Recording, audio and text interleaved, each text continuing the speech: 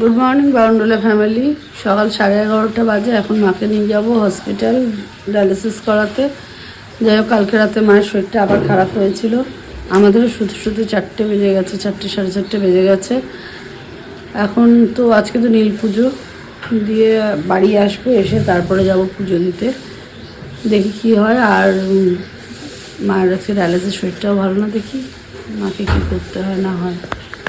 এখন বেরাবো ডায়ালিসিসে। আর এখন এলো প্রোডাক্ট, দেখি প্রোডাক্টটা নিয়ে নিই। আমি তো এসেই গেছি।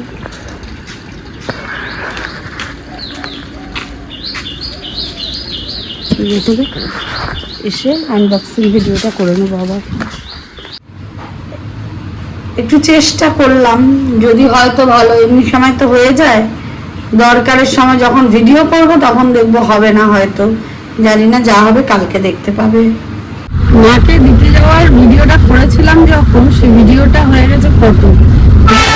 এখন টাইমটা হচ্ছে মাকে আনতে যাওয়ার। এখন আমরা দুজনেই যাচ্ছি মাকে আনতে। আর বাবা আগেই চলে গেছে ওখানে। বাবাটা 1 ঘন্টার মধ্যে পৌঁছে যাবে, যেহেতু ও ট্রেনে যাচ্ছে।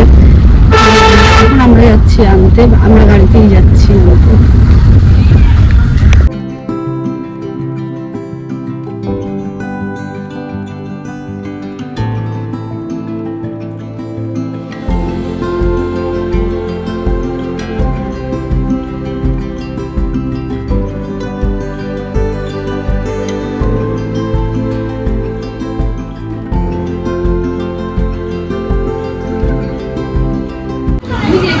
যাই হোক, মন্দিরে এসে গেছি। এখন মন্দির তো প্রচুর ভিড় অন্য দিনের তুলনায়। আজকে যেহেতু একটা রিচুয়াল আছে, নীল পুজো, তাই জন্য এত ভিড় হয়ে রয়েছে।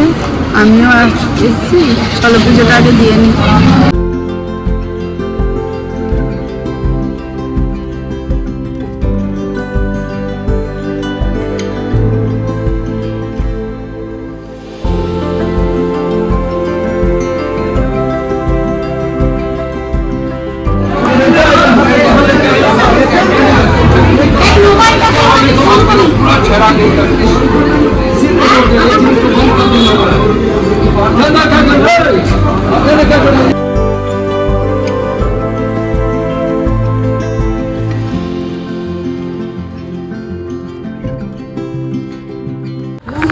তো মায়ের হয়ে গেছে পুজো দেওয়া। মা এখানে ডিকিতে জিনিসপত্র ঢোকাচ্ছে। এবার আমরা বেরিয়ে যাবো। তার মধ্যে এখানে একটা অঘটন ঘটে গেছে, সেটা বলছি। সেই অঘটনটা হচ্ছে যে এখানে মোমবাতি চারিদিকে ছড়ানো থাকে, দেখতেই পাচ্ছ ওই সামনেটায়। তো মোমবাতি ছড়ানো ছিল। এবার একজন যথারীতি ঠাকুরের প্রার্থনা করতে গিয়ে ওখানে আগুন ধরে গেছিল। হোপফুলি কোনো কিছু হয়নি, কোনো প্রবলেম হয়নি। তো যাই হোক, এখন বাড়ি যাই। বাড়ি গিয়ে একটু বেড়াতে হবে। তো এখন বাড়ির দিকে যাচ্ছি। আমরা তো খাবো সুজি, এবার কি বলি সাবু। আর ছেলে খাবে লুচি। এখন ছেলের আর বাবার জন্য হচ্ছে লুচি। ও বাবা আর মা খায় লুচি, আর আমার সাবু খাবো। তো যাই হোক, আমার সাবুটা আমি মাখবো না, আমার আসবে সাবু মাখা হলেই হলো। খাওয়া নিয়ে কথা, লুচি তো খাবো না, সাবু খাবো। মার ওইসব ব্যাপার নেই, মাদের ওরা লুচি তরকারি খায়। ওই জন্য লুচি হয়ে গেছিলো, 1 রাউন্ড বোন করে গেছে। সেকেন্ড রাউন্ডে বাবাই আবার এসে বলছে লুচি খাবে, তাই জন্য লুচি করে দিচ্ছি। লুচি তরকারি মিষ্টি ওরা খাবে।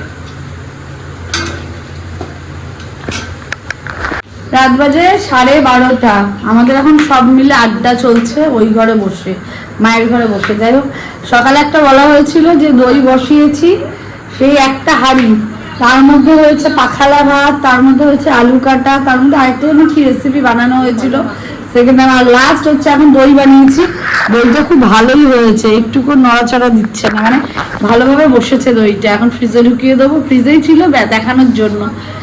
এই দই দিয়ে প্রচুর কিছু আবার রেসিপি কালকে থেকে স্টার্ট হবে। এই পর্যন্ত যদি ব্লগটা ভালো লেগে থাকে তো do like, comment, share and subscribe. Good night আজকের মতো।